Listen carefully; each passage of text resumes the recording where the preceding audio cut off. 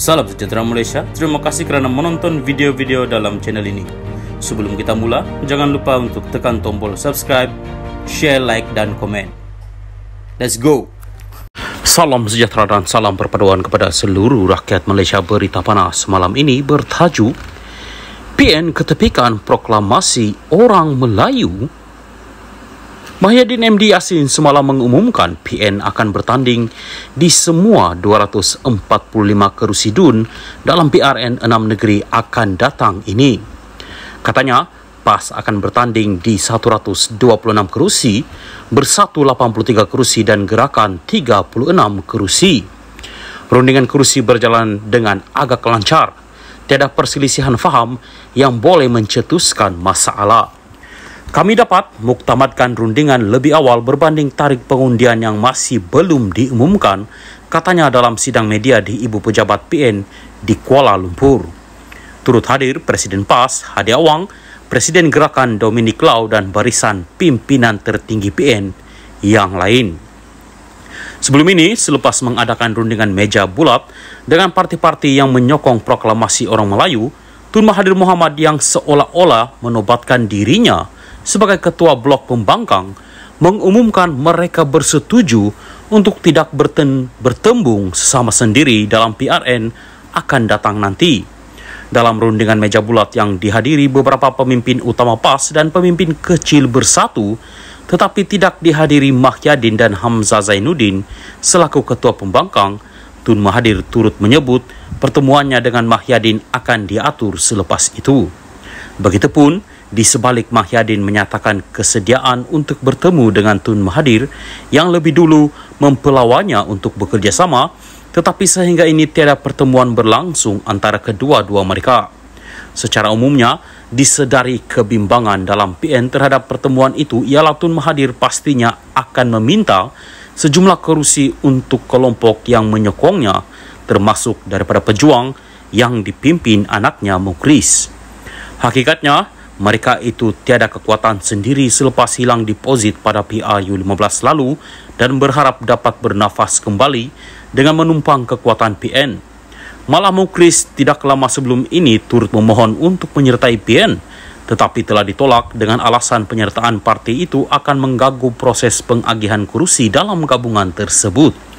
Semalam, sementara Tun Mahathir masih di luar negara dan tanpa menunggu perjumpaan dengan Mahyadin berlangsung, PN secara rasmi telah mengumumkan dan memuktamadkan pembahagian kerusi antara mereka.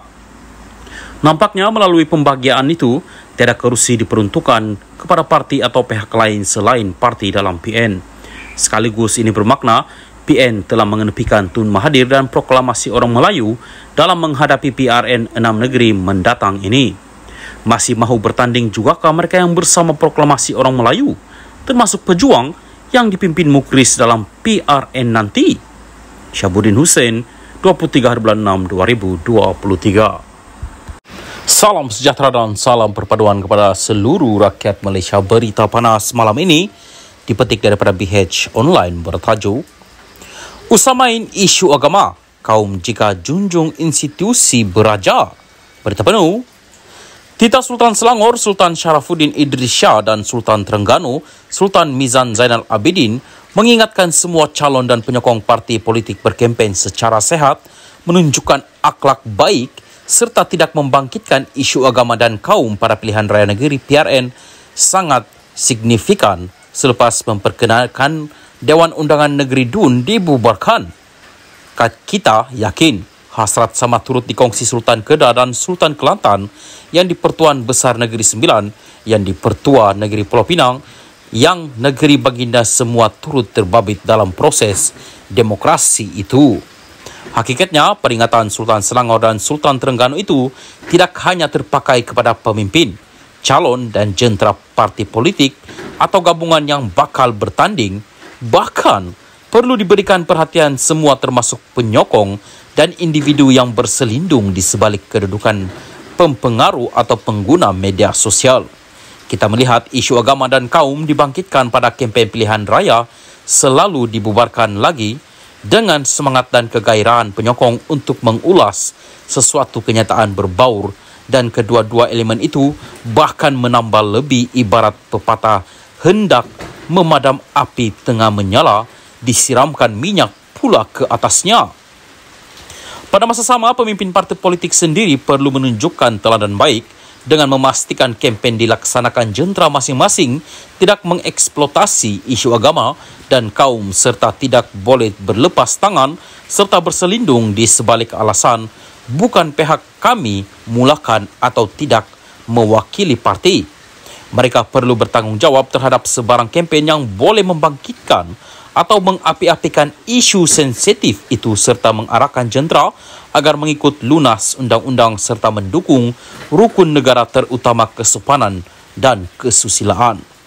Kita mendesak pihak berkuasa untuk menubuhkan pasukan khas, membabitkan Suruhanjaya Pilihan Raya, SPR, Polis, Suruhanjaya Komunikasi dan Multimedia, SKMM, serta pihak berkuasa tempatan, PBT, bagi memantau sebarang kempen sama ada dalam bentuk teks, gambar maupun video yang memanipulasi sentimen agama dan kaum.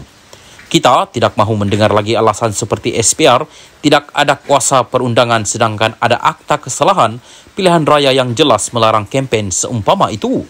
Selain peruntukan seperti akta hasutan, kanun keseksaan dan akta SKMM.